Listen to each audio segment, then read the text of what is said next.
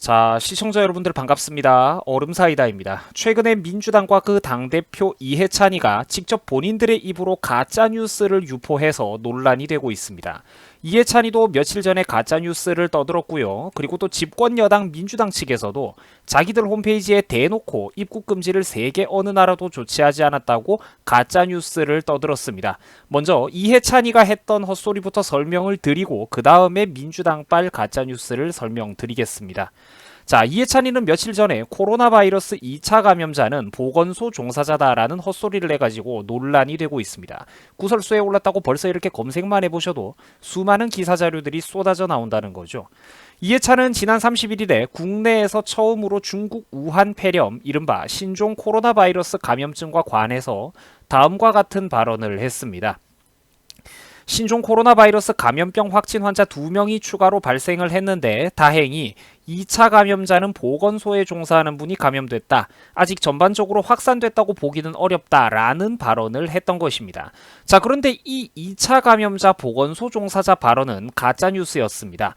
팩트는 다음과 같습니다. 국내 첫 2차 감염자인 6번 확진자는 지난 22일 3번 확진자와 서울 강남의 한 식당에서 식사를 같이 했던 56세 한국인 남성이었기 때문입니다. 질병관리본부가 공개한 정보를 우리가 살펴봐도 6번 확진자가 보건소 종사자라는 설명은 전혀 없었다는 것이죠. 결국 이해찬 대표의 착각에 의한 실언으로 밝혀진 셈입니다. 이제 의도가 있는 실언인 건지 정말로 말실수인 건지 우리가 그 속내까지는 알 수 없지만 어쨌든 이 사람은 틀린 소리를 했다는 거죠. 이해찬이가 발언했던 2차 감염자가 보건소 근무자였다라는 발언도 사실과는 전혀 관계가 다른 가짜뉴스였던 셈입니다.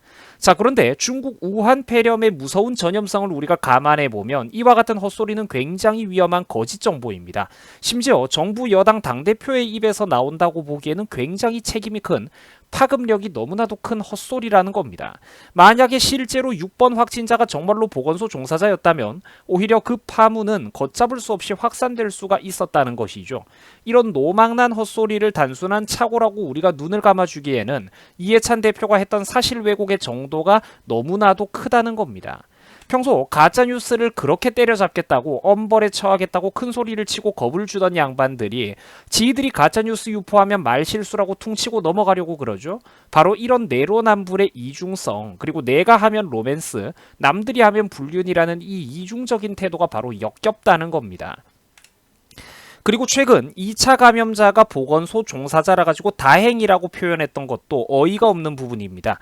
직업과 직장에 따라서 우한 폐렴에 걸려도 다행인 감염자가 있고 또 불행인 감염자가 나누어질 수 있다. 그런 얘기입니까? 생각해보면 어처구니가 없는 발언이죠.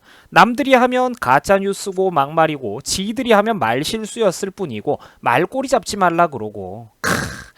아직도 이런 뻔뻔한 면상철판과 그리고 강력한 이중성을 보면 한국 사회에서 정치판에 대해 논의하기에는 아직도 우리 같은 사람들은 배워야 될 게 너무나도 많은 것 같습니다. 자, 그리고 여러분들 이번에는 민주당이 떠들어댔던 가짜뉴스입니다. 여당인 민주당은 최근 전 세계 어느 나라에서도 입국 금지 조치를 취하지 않았다라는 말도 안 되는 가짜뉴스를 버젓이 그들의 홈페이지에 올려놓았다는 사실이 알려져서 현재 큰 논란이 되고 있습니다. 여러분, 정말로 지금 현재 전 세계 어느 나라에서도 중국인 입국 금지 조치를 취하지 않고 있습니까? 이런 것들이 정말로 심각한 가짜뉴스라는 거죠.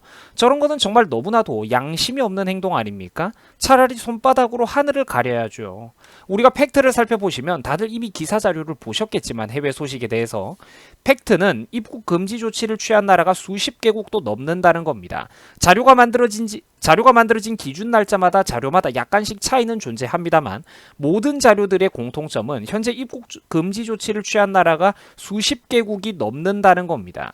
중국 어느 지역이냐와 관계없이 전면적인 금지를 한 나라도 미국, 호주, 뉴질랜드 같은 나라들을 비롯해서 북한에 이르기까지, 심지어 북한에 이르기까지 26개국이 넘는 나라들이 이미 전면적인 입국 금지 조치를 취하고 있다는 것이죠. 이래서 현재 오죽하면 뉴스 보도까지 나오고 있지 않습니까? 이런 뉴스까지 나온다는 거죠. 어느 정도 조건을 내걸면서 입국 금지를 시키는 나라들을 다 감안해보면 70개국이 넘는다는 겁니다. 사태가 이렇다 보니까 자유한국당 측에서는 이해찬 대표에 대해서 허위 사실을 떠들었다며 고소를 하겠다는 뜻을 밝혔을 정도입니다. 물론 이중성과 내로남불이 대단한 이 정부다 보니까 또 단순한 착오, 말실수였다는 식으로 또 별탈 없이 이 인간들은 말장난치면서 넘어가겠지만 이렇게 이제 이런 가짜뉴스에 대해서 야당이 고소를 할 만큼 심각한 가짜뉴스들을 본인들의 입으로 살포하고 있다는 내용입니다. 자, 보시다시피 이제는 유럽에서도 적극적인 입국 제한 조치를 심도 높게 검토하고 있습니다. 아예 말도 없는 우리나라와는 전혀 다른 상황이라는 거죠. AFP 통신에 따르면 독일, 프랑스를 비롯해가지고 유럽 각국의 보건장관들이 합동 기자회견을 열어 입국 제한 및 국경에서의 여행자 검사 확대 강화 조치를 현재 진지하게 검토하고 있는 상황입니다. 이렇듯 세계 각국은 자국민들을 보호하기 위해서 최선의 노력을 다하고 있는데 왜 우리나라만 항상 남들과 반대로 가느냐는 것이죠. 사태가 이 지경인데도 불구하고 문재인이는 중국의 어려움이 우리의 어려움이다 같은 가슴절절한 짝사랑이나 해대고 있습니다. 중국의 어려움이 우리의 어려움이다. 참 가슴절절한 사랑이죠. 그 나라 꼬라지가 정말로 말이 아닌 것 같습니다. 이런 인간들 그리고 이런 인간을 지지하는 인간들이랑 하루 종일 의미 없는 무한한 소모적인 논쟁과 토론 우리가 아무리 떠먹여 줘봤자 뭐 하겠습니까? 말해봤자 답도 안 나오죠. 차라리 차라리 벽을 보면서 소리를 지르는 게 폭포수 아래에서 고함을 지르는 게 차라리 나을 지경입니다. 그렇게 한다면 가슴이라도 후련해질 테니까요. 야, 진짜 이런 나라의 현실을 우리가 도대체 어떻게 하면 좋단 말입니까? 정부 여당이 직접 나서가지고 본인들 스스로 가짜뉴스를 살포하고 있는 오늘입니다. 여러분 수고하셨습니다.